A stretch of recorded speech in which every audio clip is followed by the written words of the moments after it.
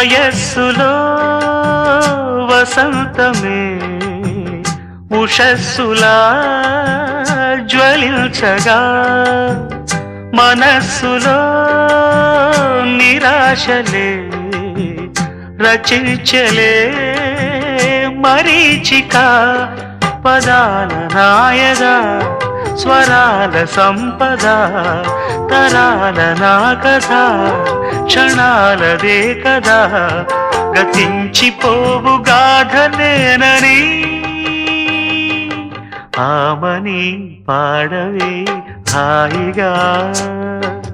మూగవై పోకు ఈ వేళ రాలేటి పూల రాగాలతో